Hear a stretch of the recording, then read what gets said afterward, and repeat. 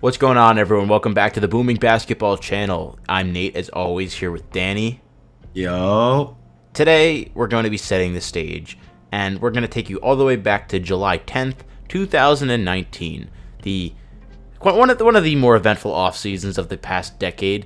And this is the day that Paul George officially became a Los Angeles Clipper after Kawhi signed with them a few weeks prior. This was the same exact offseason where we saw Los Angeles Lakers stars LeBron James and Anthony Davis team up, as Davis was traded also to the Lakers.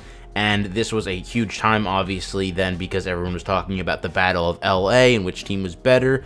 And also, same summer that Kevin Durant, Kyrie Irving both signed with the Nets, and Russell Westbrook was headed to the Houston Rockets. Obviously, looking back at those times and how things have gone since then, it's easy to see that the Lakers were the team that made out the best out of all of them, considering now that, the Clippers are the reason we're making this video, and the Rockets are not very good, and the Nets have also departed from their stars as well.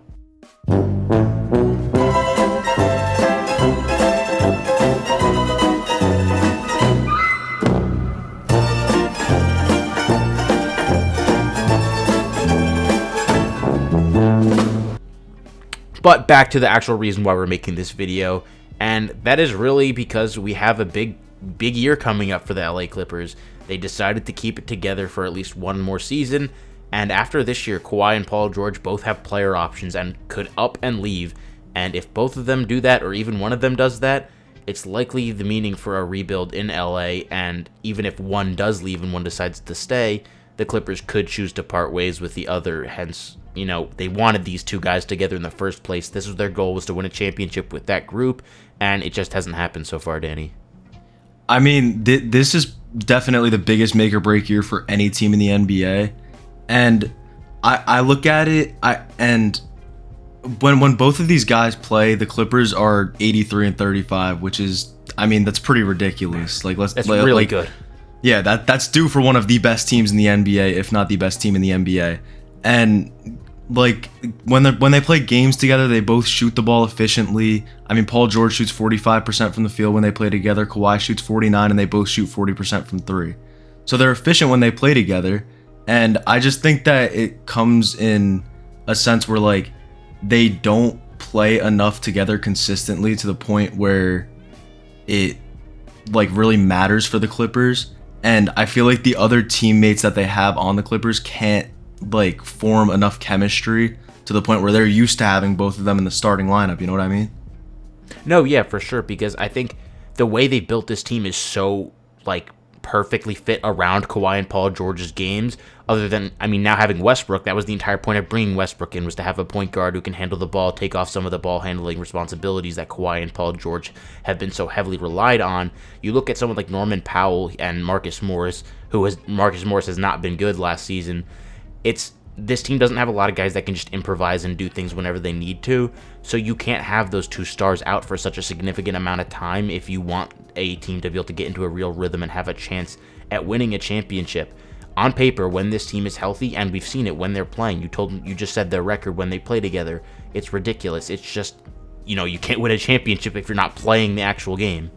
No, right. And it definitely goes back to a whole team chemistry kind of thing, because if we look back at the beginning of last season, their first 15 games together, they were easily on pace to be the best defensive team in the NBA. They had a defensive rating of 105.3, which would be, very well ahead of the team that's in second.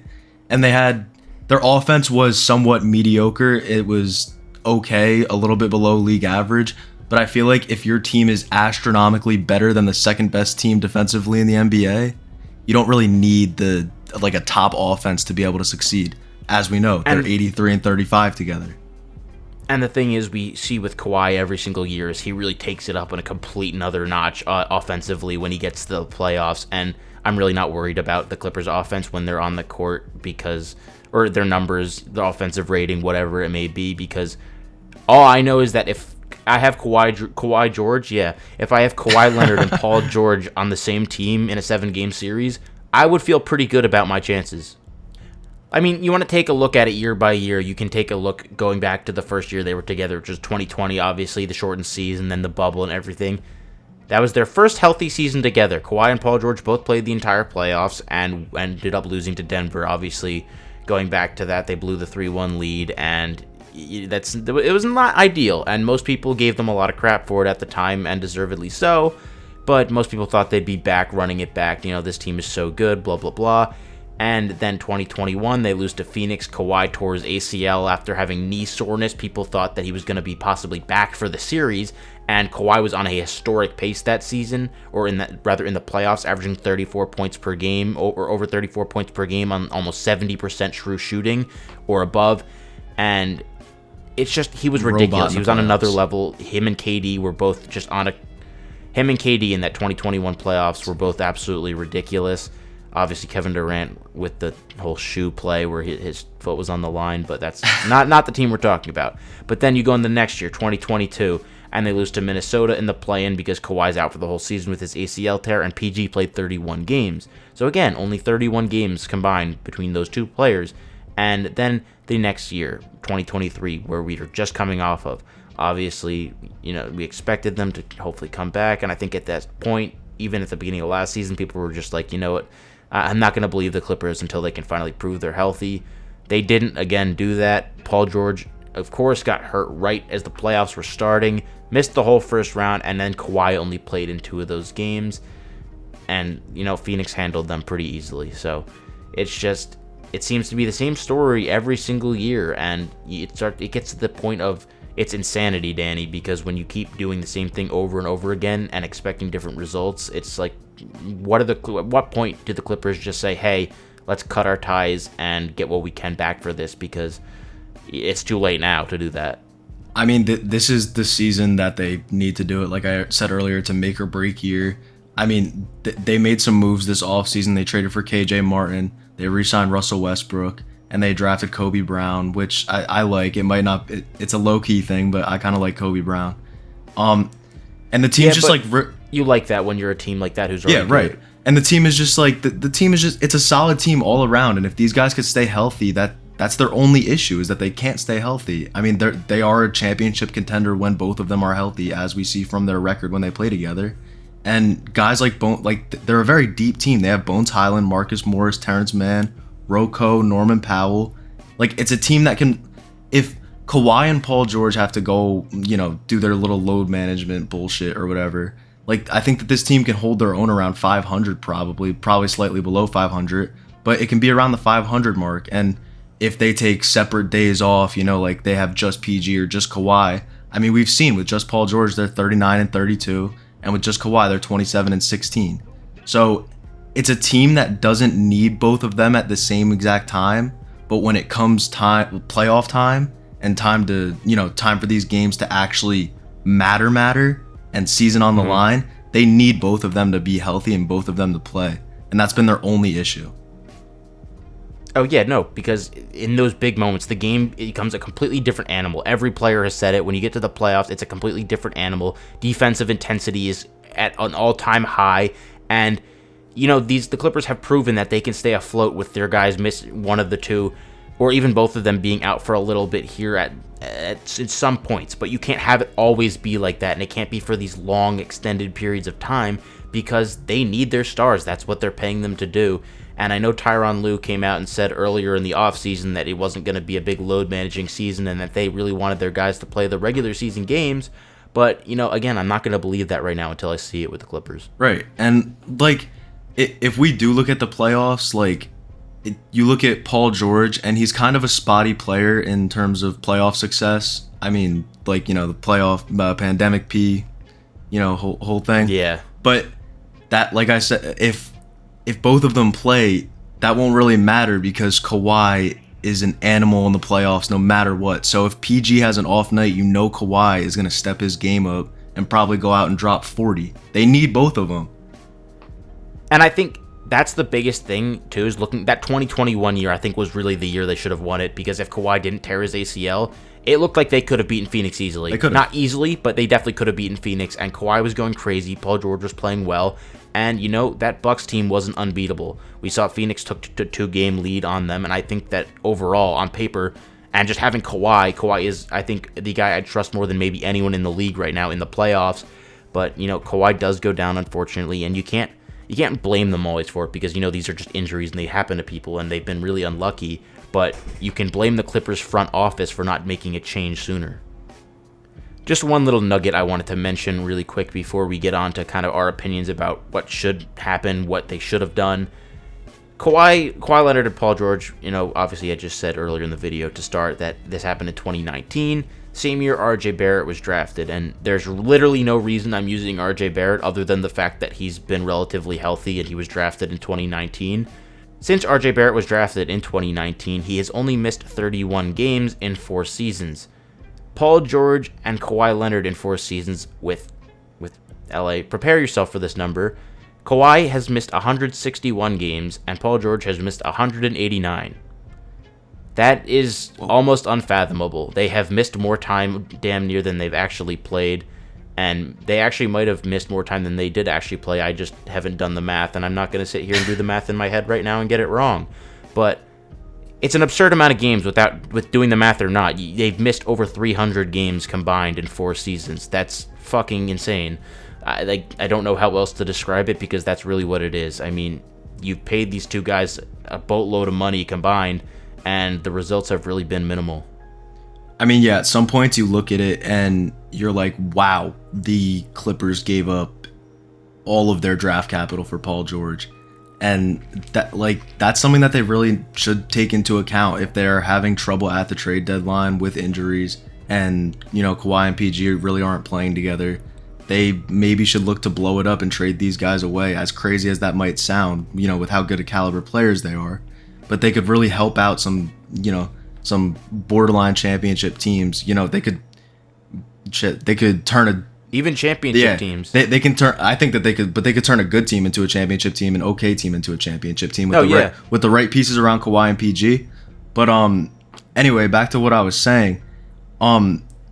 They can get good draft capital value to try to replenish those picks that they traded away, and that they also traded away Shai Gilgeous-Alexander, which we see how that's turning out. And it might go down as one of the most one-sided trades in league history, just due to the fact that just due to the fact that the Clippers aren't getting the result that they wanted, based on where the Thunder might be in a few years down the line.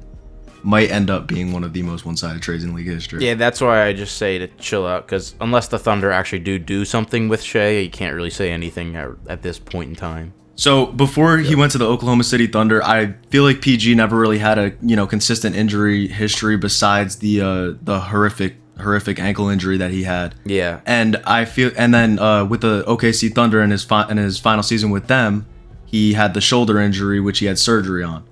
And I feel like the Clippers maybe got a little bit too excited in a sense where they saw an opportunity and they leapt on it and they kind of just traded away their entire future for a guy who you don't really know how he's going to be coming off that shoulder injury, and it was his shooting shoulder.